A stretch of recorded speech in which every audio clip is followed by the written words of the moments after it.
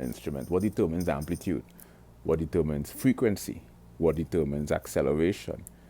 What determines momentum? What determines velocity? What is the sound trajectory that occurs?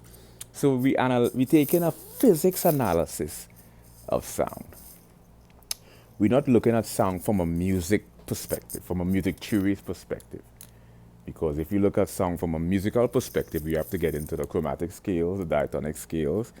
Primarily the diatonic scales was like extracted from the chromatic scales to form the musical structure in the Western Hemisphere. And you know why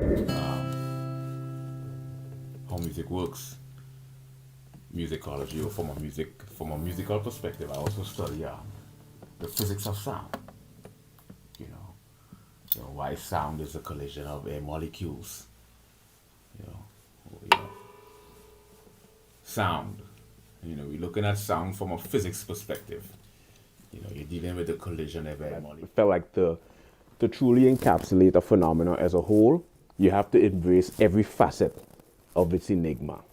So I didn't just want to understand sound from a linguistics perspective or just have a deep-seated understanding of sound from a physics perspective.